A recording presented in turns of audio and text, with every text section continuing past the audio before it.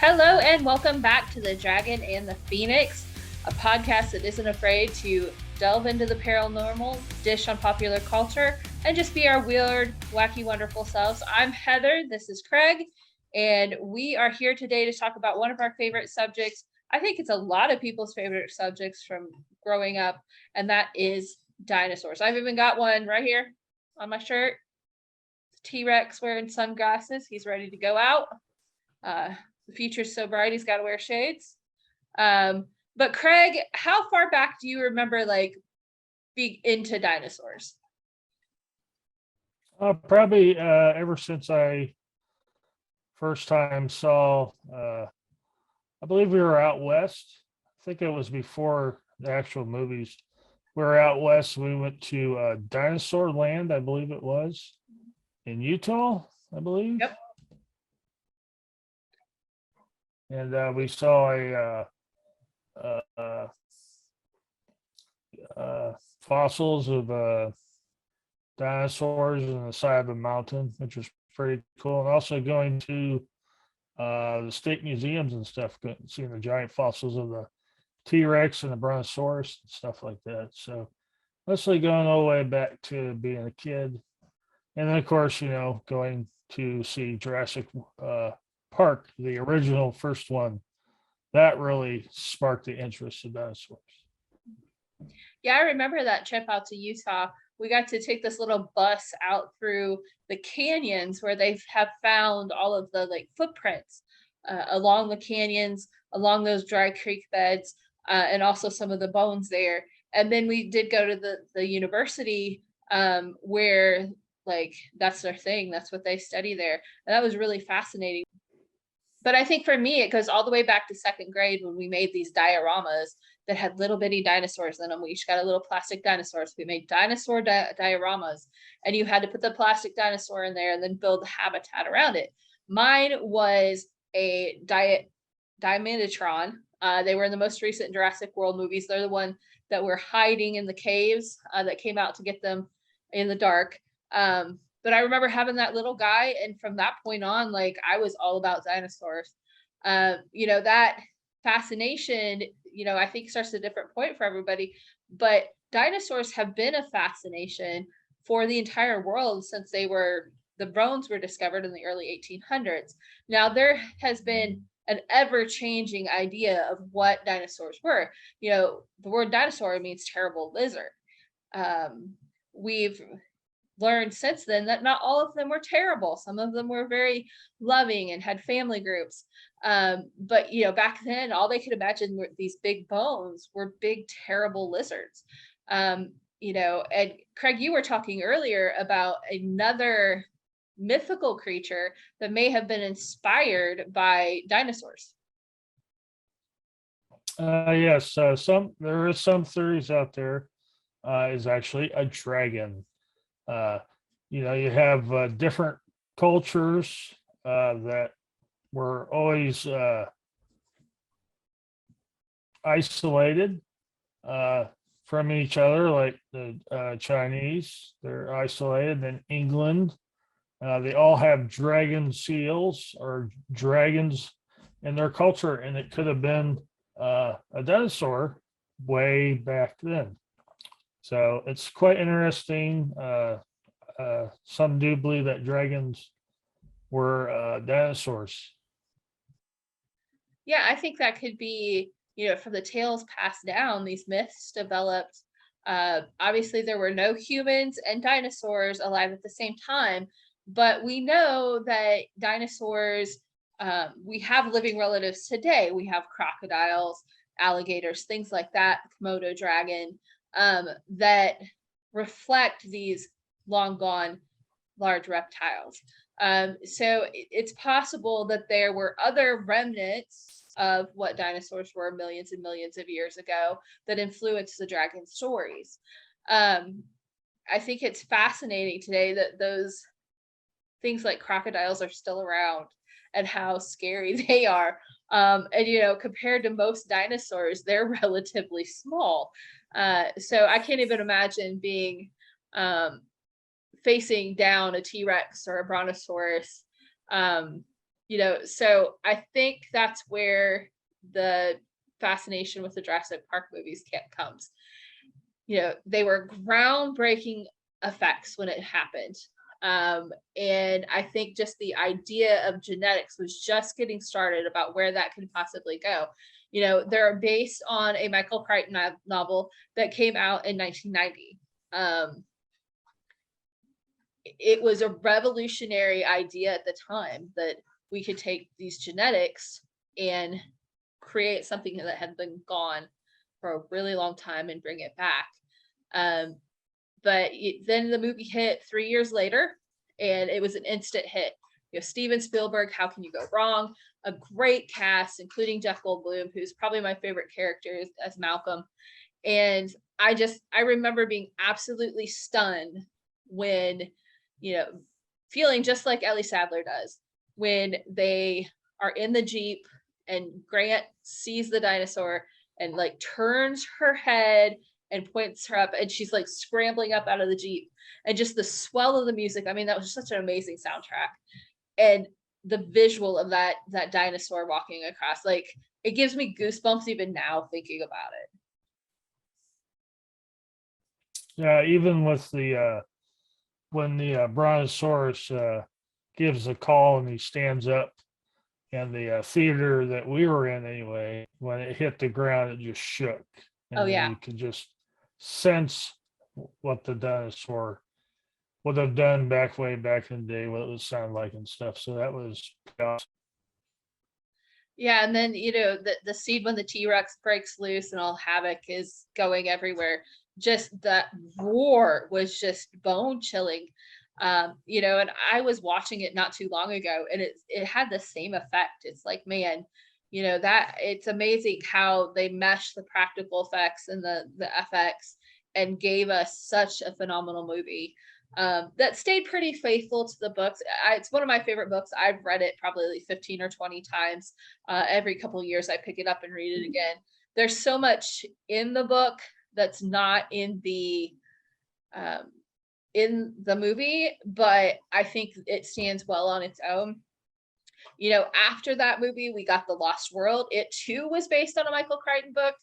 That one came out in 1995. The movie was out in 1997. Not quite so closely follows the plot of each other. I think they pulled some of the best stuff out of The Lost World and put it into the movie, but there were a lot of things that I really wanted to see from the book in the movie that we didn't get, but that's fine. I like the movie on its own. I was glad they brought Malcolm back and made him kind of the centerpiece. I think there's a lot of great moments in that movie. Especially, the T-Rex chasing them through the streets of San Diego. But what did you think of the second movie? I thought it was pretty good.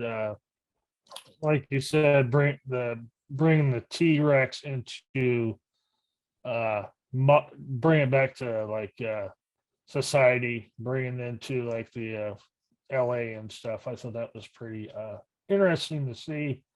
And just to see how people would react if they saw a T-Rex in their backyard drinking out of the pool. Yeah, that scene was pretty funny. And then we moved on to Jurassic Park 3. It did not get its own little name. It was just Jurassic Park 3. It came out in 2001, had really nothing to do with the books other than dinosaurs had been created. And, we're running amok. So those were all created characters, and it's okay. I watch it when it comes on, but it definitely was not my favorite of the movies. But it has its merits on its own. And then we had to wait 14 years until we got another Jurassic Park movie, and that was Jurassic World. This one had Chris Pratt and Bryce Dallas Howard in it. I really liked the first one. I thought it was a great movie. It was a lot of fun. You went back to having those big scare moments. We saw the raptors in a different light, which I thought was interesting. And then we got the big battle between the T-Rex and the Indominus Rex. What did you think of the new version of Jurassic Park? I thought it was really cool to see how they involved the park, made it more Disneyland type Mhm. park, more people. Uh, yeah, it was really interesting to see how they made it and everything. I like this. I also like the Raptors. The way they're saw better than the original. They weren't like trying to get come out and get you. They're kind of like the hero of the movie. Yeah. I also thought it was fascinating that they incorporated the idea that the military would be interested in using the raptors as weapons. I think that's an idea Michael Crichton would very much get behind because it went along with the themes of his original books. And then we got just a couple of years later, we got Jurassic World Fallen Kingdom. This same characters, same story, except that the island is going to explode and all the dinosaurs are going to die. It is definitely like the most downer of the movies, I would say.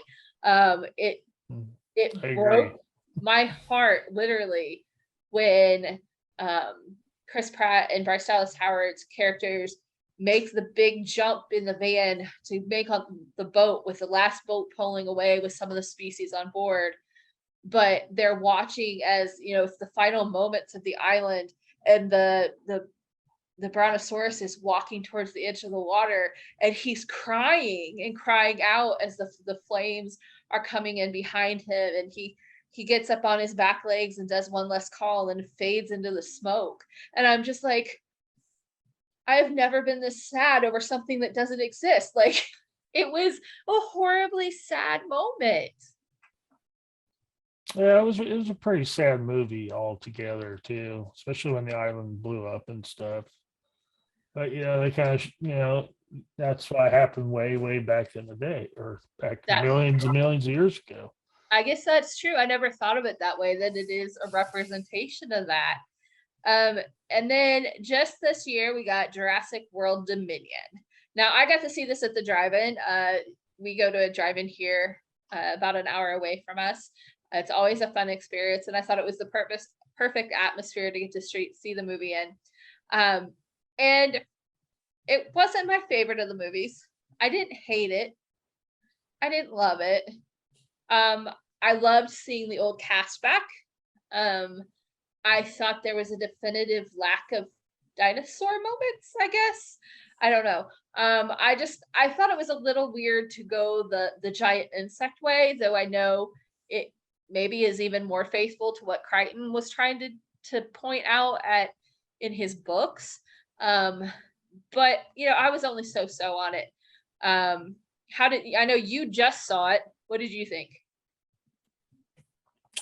Well, I watched a different than what you saw. I got to watch the Oh, uh, extended version of Jurassic World Dominion. So I don't know what was extended, but beginning of the movie they show how dinosaurs were back 65 million years ago, where it kind of tied in with the T-Rex and the other big predator, and let's just say he got payback. So I don't know if that was part of the movie, but yeah, it was a really long movie. It was probably only, I think it was only 13 minutes more footage than the original theater version, but I kind of liked it. It kind of had all the not all the cast members. I wish I had the children somehow tie in there, but the how it had the who was it Ho, I believe his name Ho. He was involved in it. He actually turned out to be a good guy at the end, which I thought was. And then the Easter eggs, how they had the shaving cream can, and then the guy dies the same way as the guy in the first movie with the dinosaurs that spit the ink in the train with the can itself. I thought that was funny. And then towards the end when the T-Rex was walking in, when everybody was leaving the island on a helicopter, there's that sculpture that had rain, the circle, and had water running down it, and the T-Rex head fit through the circle to look like the logo of Jurassic Park. Yeah, that was a great moment. Talking about the shaving cream can, I thought it was interesting. They made sure to say that that guy's name was Dodson. And that's the guy who Nerdry meets at the beginning of the first movie. So it's kind of intimating that somehow he got his hands on that can, even though it was buried in the mud on the original island. But I thought that was interesting. I really like that. And I will say that this movie had the dinosaur that scared me the most. And that is the dinosaur with the long claws on its fingers. That thing freaks me the heck out.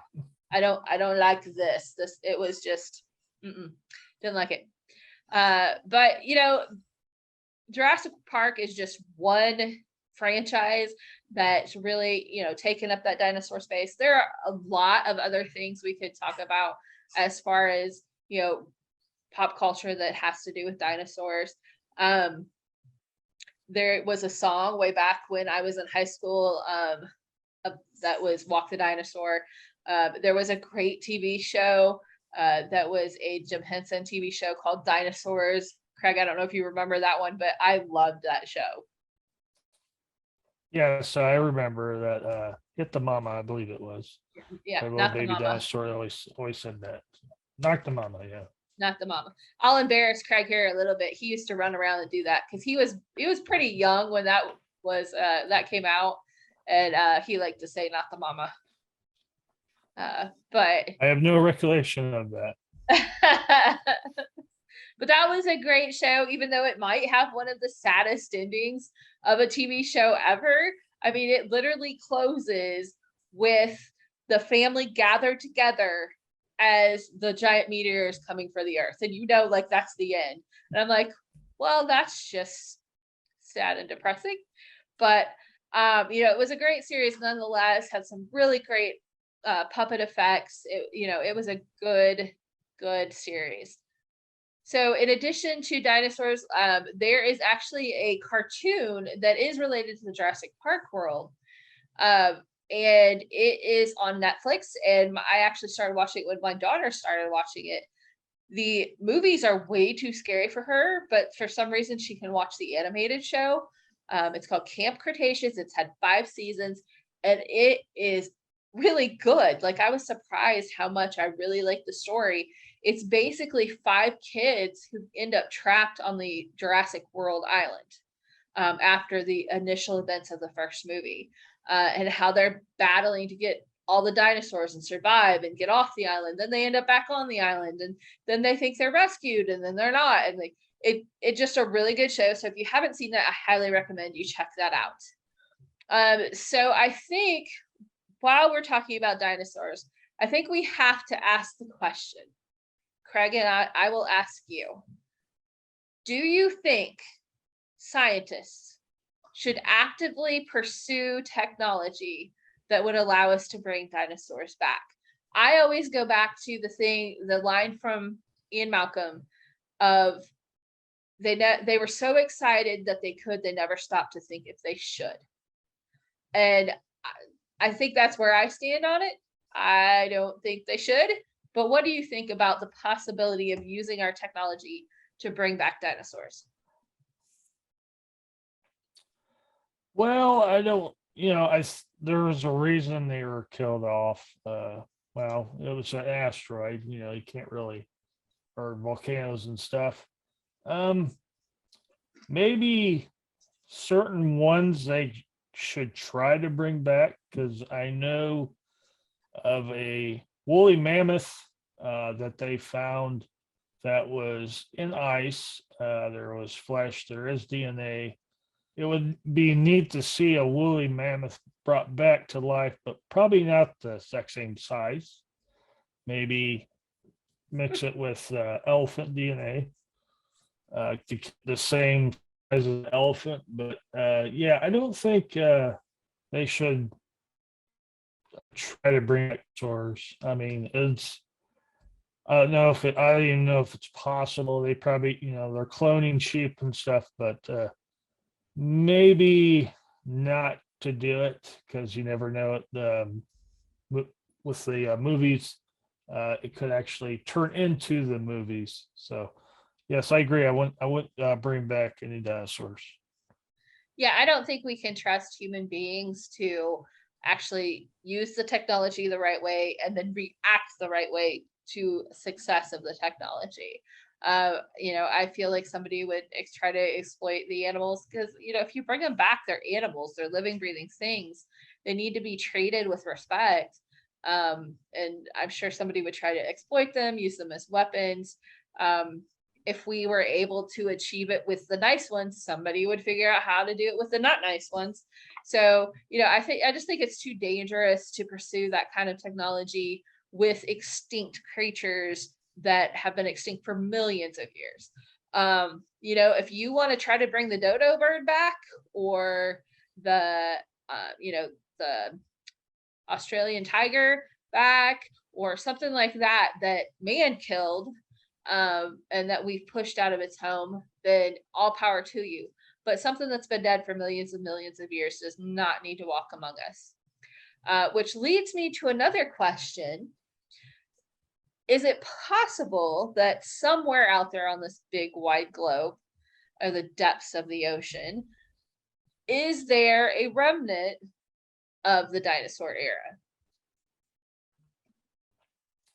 I actually believe there is. All of our oceans are so deep. Um, they all haven't been explored. I do believe, I think that's where the cryptid of Loch Ness comes from. Being a Plateosaurus, I believe that's what Loch Ness is supposed to be. Yeah, I do believe that there could be still some. I mean, they're finding fish they thought that was extinct thousands of years, and they're pulling them up in fish nets. So I really do believe that there is possibly something could be hidden. Also, the jungles. I remember reading villagers tried to go get a dinosaur from a jungle. A lot of villagers saw it and reported it, and unfortunately they didn't find anything. So you never know. Uh, like like some animals never had to evolve, like the crocodiles or the sturgeons. Sturgeons never had to evolve. So yeah, it's possible that there is something out there. Yeah, you mentioned Loch Ness. I think there's been a lot of thought that uh, that could definitely be a remnant of a dinosaur. There are stories about sounds and objects that the Navy has recorded in the deep depths of the ocean. They call them the blips because that's what they are on a radar screen. They can identify whales, they can identify dolphins and large fish, schools of fish, but they've never been able to identify what these blips are. They don't know if it's some kind of anomaly or if it's an undiscovered creature. So who knows what that might be. There are a lot of myths and tales, as you said, like from Africa. There's a lot from Asia about things back in the forests and the jungles.